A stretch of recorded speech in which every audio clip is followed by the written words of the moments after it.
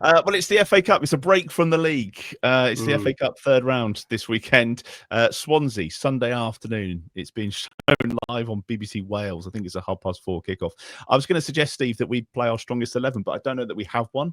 Up until the weekend, I kind of in my head, I was thinking, well, this is the only competition that we are still in with a chance of actually doing anything in. So therefore, we shouldn't rest anybody and we should go all out. But even that, I don't think is going to be enough. I mean, ultimately, you need to kind of foster something going into the next run of league games.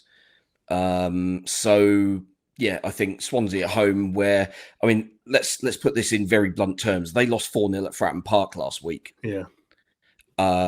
So that's the sort of comparison we're dealing with against these lot. Obviously, cup game, very different scenario. Ground's going to be barely a third full, I suspect, because of the absolute nonsense ticketing policy. What are they charging for it, by the way? I've not even looked. So season ticket holders, if you got in at in that sort of early window, it was £20 plus the £1.50 tax that they still put on these things, even though it's a digital ticket. Yeah. So yeah, £21.50, and now I think it's £22.50 plus the booking fees. Right. It's like, well, you're not even trying to fill the ground here. Yeah, I mean that game should have been a tenner a ticket. Get the ground full, get the kids in, kids for £1 or whatever, and make it vaguely interesting for people. But no, they've obviously done some research and decided that there's 8,000 to 10,000 mugs who will pay whatever the hell they charge for any given game. So we'll charge them £20. Swansea aren't going to bring anybody, so in terms of away end, there's no particular issue of overfilling that or anything. So yeah, we'll charge £20, and if only 10,000 people pay it, then all that is just a smaller cut that we've got to send to Swansea at the end of it. Less stewards as well, yeah. It's ridiculous. Yeah, and I don't blame anybody who decides, no, can't be asked for that. Thanks. Yeah. Is this a good kind of gauge of where we are? Do you think, Glenn? I'm talking, mid-table championship club, because we've said on here, haven't we? Like, we'll have a half decent team in the championship. Well, maybe we might just get found out on Sunday.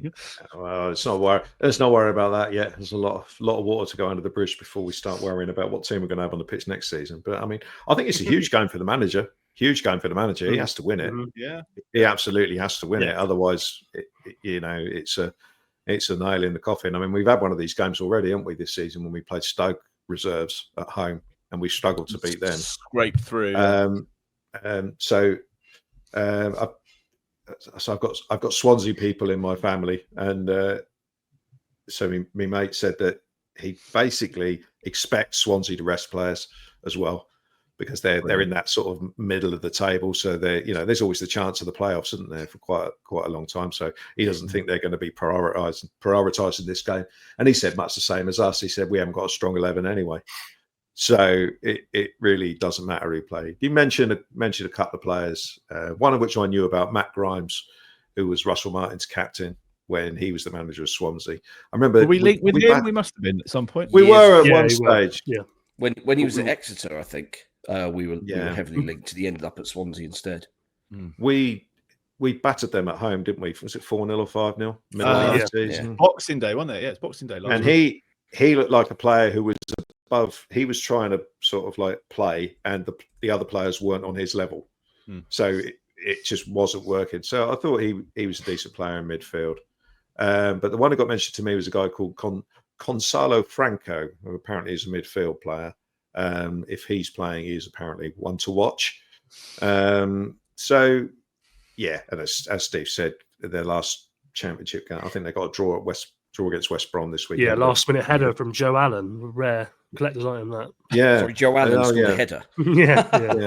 Excellent. I mean, they got battered by Pompey, Steve said. So, but it's more about what we do than what they do, isn't it? Let's face it. And if we can't put out a team that wins this game, then yeah, I think the honeymoon period, if there was one for Mr. Urick, is well and truly going to be over.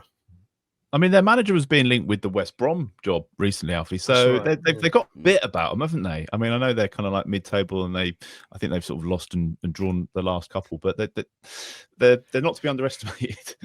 Yeah, they are slap bang in the middle of the table with a 0 goal difference, which is how you know they're a middling side. But the manager, Luke Williams, obviously a Russell Martin disciple. He was assistant at Swansea a couple of years ago. So I wonder who Russell Martin will be supporting on Sunday.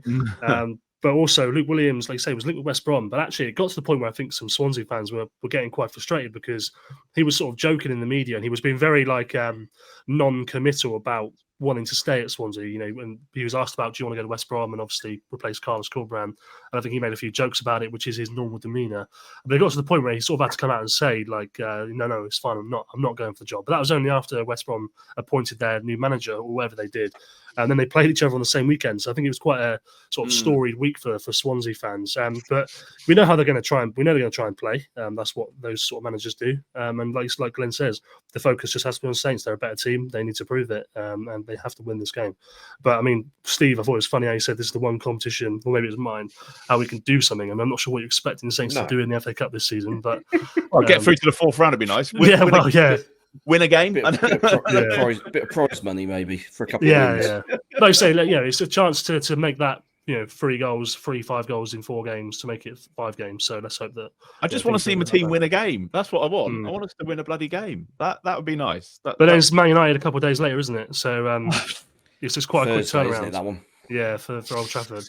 I mean, I'm with the team in terms of I would play a strong team and try and win, whatever that strong team is. You just need to build some relationships and get some patterns of play going and something that can work.